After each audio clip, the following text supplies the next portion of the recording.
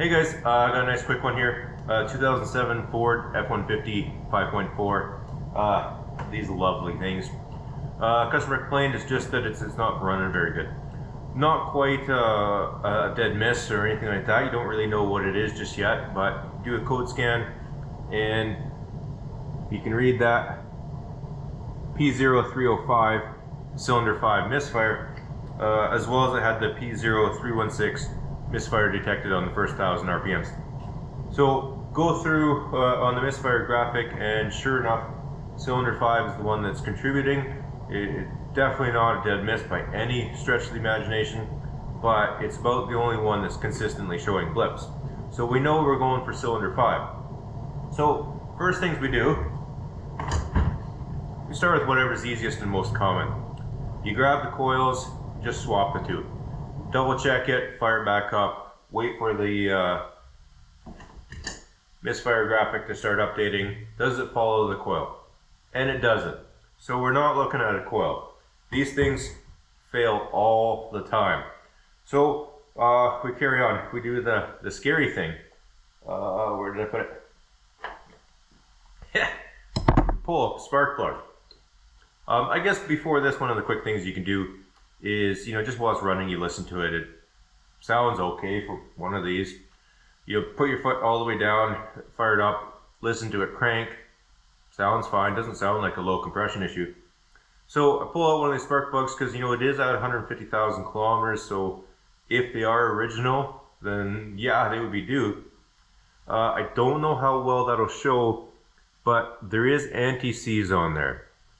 So that would make me suspect, now I know these are champions, but the anti-seize on there would make me suspect that they're not original, that they've been replaced.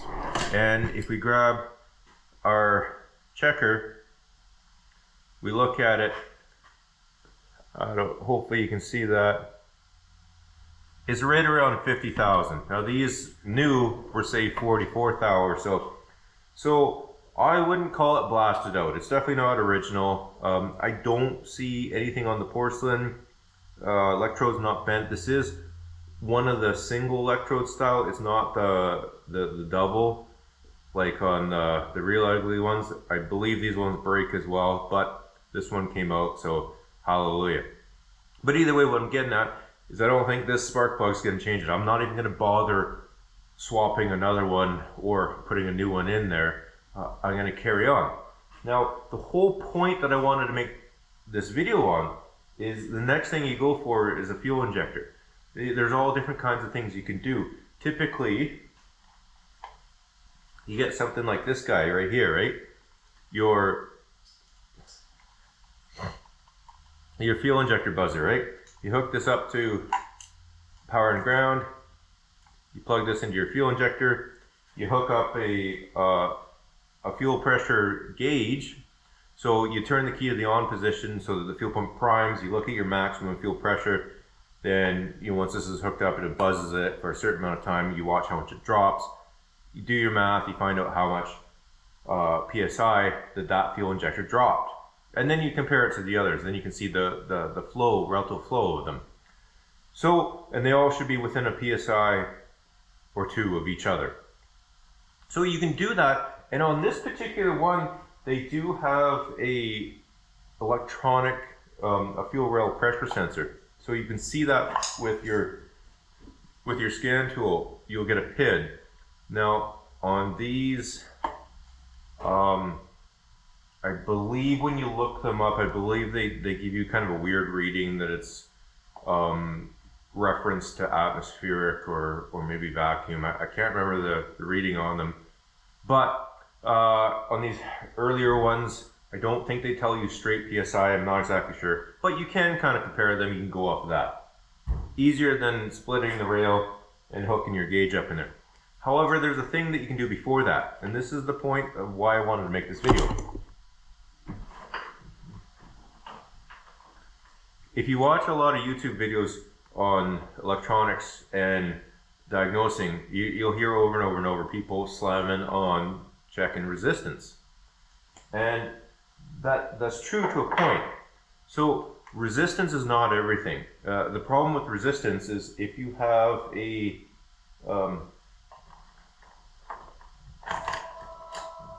here we go. We'll use this, right? So you see the wire is multi-stranded, right? If you have all these wires broken except for one or two, that'll test fine for resistance because this isn't passing much current. It's milliamps of current that's going through when this is doing a resistance check. So you could have a wire that's broken almost all the way through and it'll show good resistance. So resistance is not a good measurement in the sense that if your resistance reads good, that doesn't mean everything. That doesn't mean that the circuit's good.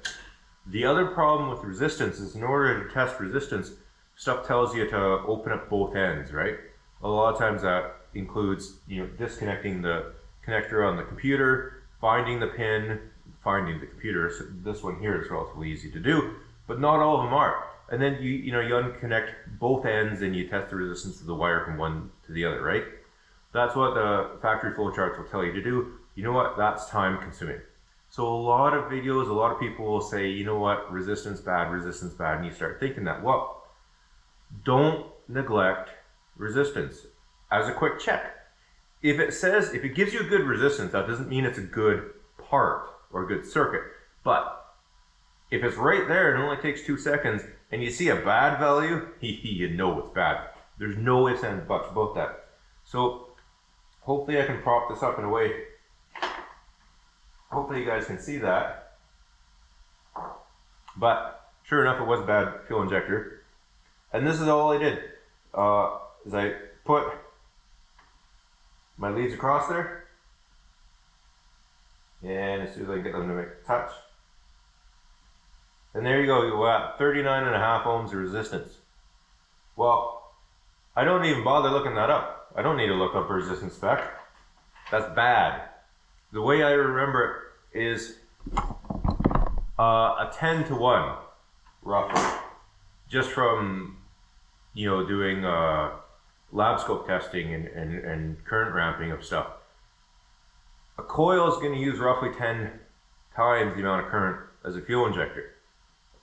Easy enough for me to remember because this creates high spark or high voltage spark. That takes a lot of energy, whereas this is just opening up a solenoid. So your typical coil will use roughly around 10 amps. Typical fuel injector will use roughly around 1 amp. So a typical fuel injector will be anywhere from 8 ohms of resistance to 20 ohms of resistance. And that'll depend on whether it's at room temperature or if it's hot. The hotter it is, the lower the resistance will go. You might drop an ohm or two of resistance. But 40 ohms, and this actually read higher. When I first checked it, it was like 70 ohms. But as soon as I saw that, I didn't need to do anything else. It needs a fuel injector, at least one. So on a case like this, at least on one of these, it's pretty easy to change the fuel injectors. Thankfully, one of the nice things that Ford did is the crossover is a flex hose. So you really only need to pop one side up. It's not a rigid line, which is nice. So what I do on a case like this, as soon as I see that, boom, done, you need a fuel injector. I'll order up 3. I'll make sure at least there's 3 that are available, because chances are you don't need more than that.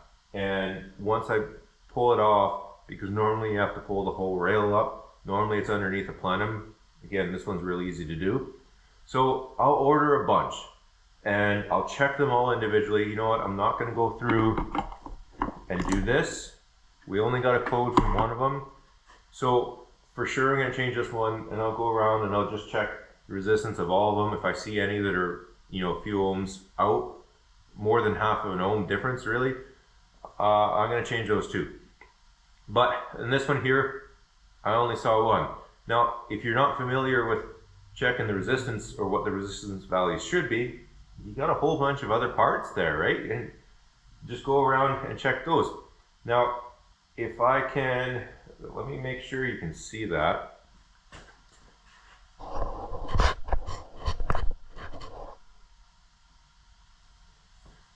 I don't know, can you see that? Well, I'll put up a picture. Hopefully you guys can. But I'll just go through, and I don't want to open up any of the other new boxes. Not the nicest to get to. Well, you know what? Wow, yeah. Let me just, come on. Get that guy in there. That guy in there. There you go. 12.5 ohms. That's pretty normal. That's pretty normal resistance check. And sure enough, they're all right around there. They're, you know, the other ones might be 13 ohms. So don't rule out resistance. It's a quick thing. If you got access to it and you can check it, and hey, it says open circuit when you're checking out the part, well, you know that that's the problem. You don't need to go any further. You don't need to do anything else. But you know what? One of the things also to keep in mind about fuel injectors, typically a fuel injector won't give you it won't give you a dead misfire. They can fail completely, but more often than not, they don't. And also a lot of times like this, you don't get injector codes. If they go completely open circuit, sure, you'll get an injector code. But when the coil inside starts breaking down, what you get is you get misfires, but it's not all the time. It kind of comes and goes a little bit. Sometimes it feels worse than the others. Usually on startup, it feels pretty good. Sometimes with heat, as it's been running for a long time, it can go to just about a dead misfire. But this one here, as you saw, the resistance is too high. This is what was causing the misfire in cylinder 5, because it came out of cylinder 5. But I'll show you that this actually wasn't, it is spraying fuel to a point. So, let's grab this.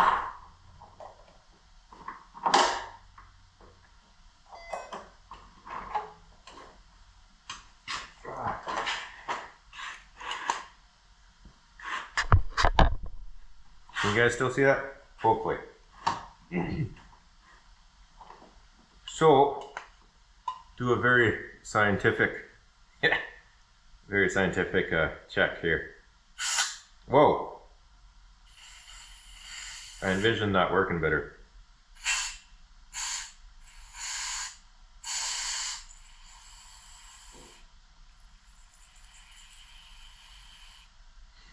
There we go. Alright, can you guys see that? Hopefully, it's full of brake clean. Brake cleans the fluid. And hopefully, that'll stop dripping all the mess I made. I probably could have set this up or prepared a little bit better for this. Okay, green light means we're connected. And can you see that at all? Put it right in front of my face. How about there? All right, you ready? Uh-oh.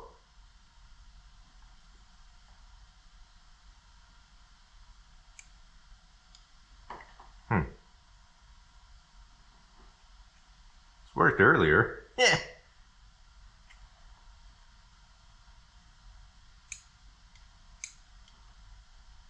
Okay. Well.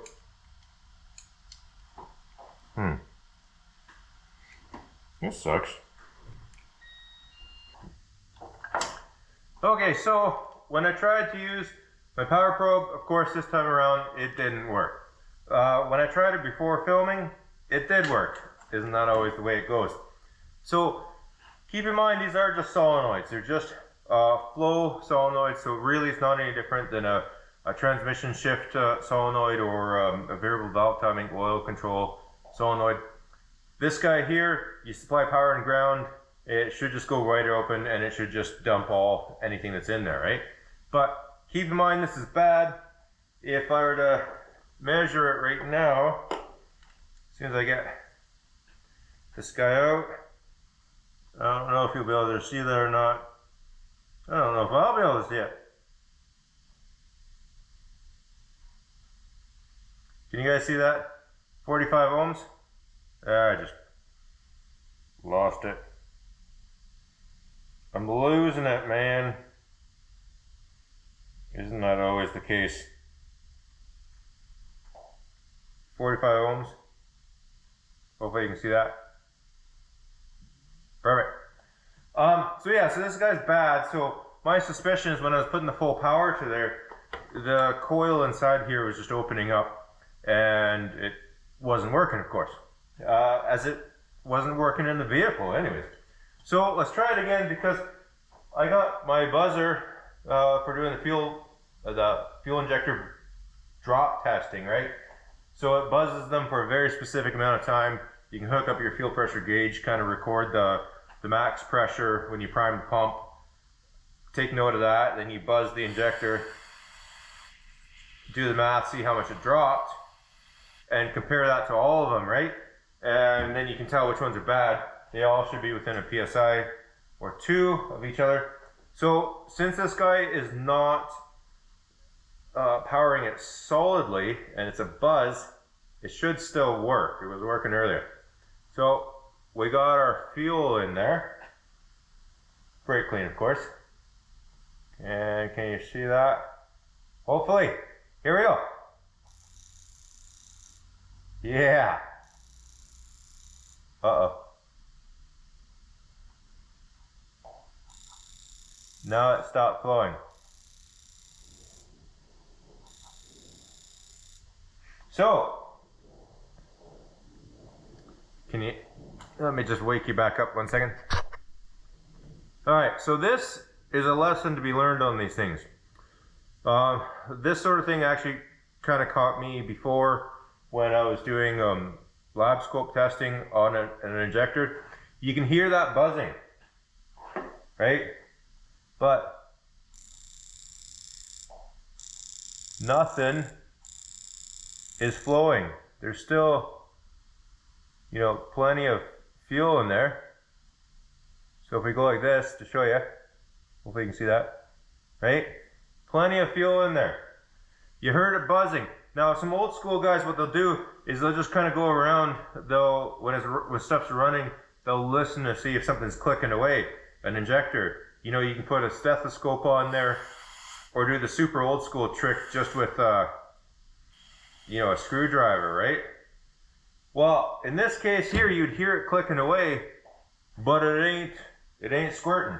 Now what caught me on a previous one is I was doing a Chrysler, and the fuel injectors and the coils, as well as a bunch of other stuff, is all on the ASD relay. So when you put a fuse loop in there and you look at the current, it's so noisy it's hard to read much. So what I did is I just did a voltage trace of the fuel injector on the cylinder that I thought was the issue, or it was the issue, just to find out, is it a fuel injector? And I got a good fuel injector pattern. So I assumed that since I had that, I saw the voltage spike, I saw the little pintle hump, all that stuff. I assumed that, okay, electrically it's working. You know what, if you get that far, chances are it's probably spraying. Not too many of them have screens anymore. The older Jeeps and stuff, they would have screens, and then stuff can collect from the rail, and you could have a fuel injector electrically working. The pintle can physically move, but it's not able to spray because it's mechanically plugged. Oh, I thought that sort of stuff doesn't really happen anymore. Well, this would be one of those cases where, okay, now that's a little tiny spray. I don't know how well you'll be able to see that. Now it stopped spraying.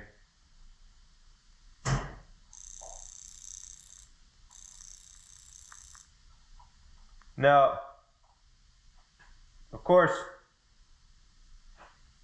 that could be the sort of thing that we just have fuel sitting in here and it's not under pressure, or maybe not. But anyways, I wanted to show that with you guys.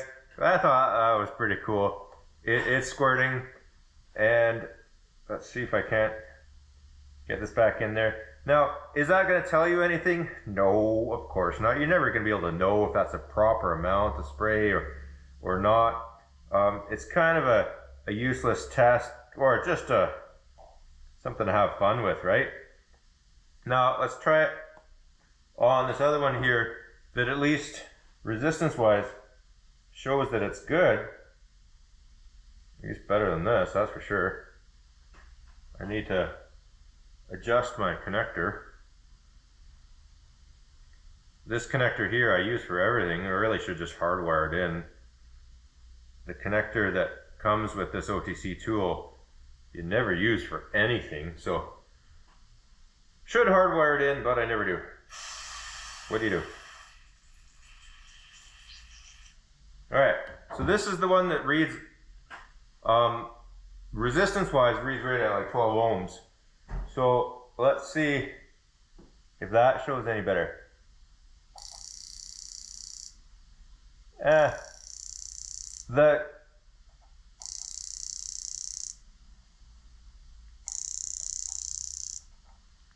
I don't know if you can hear that. It's a louder click for sure. Again, you're not really going to go through and be able to hear the difference and really be able to make a call on that. So I think the issue of it not spraying is just kind of, you know, our field's not under any pressure aside from just gravity.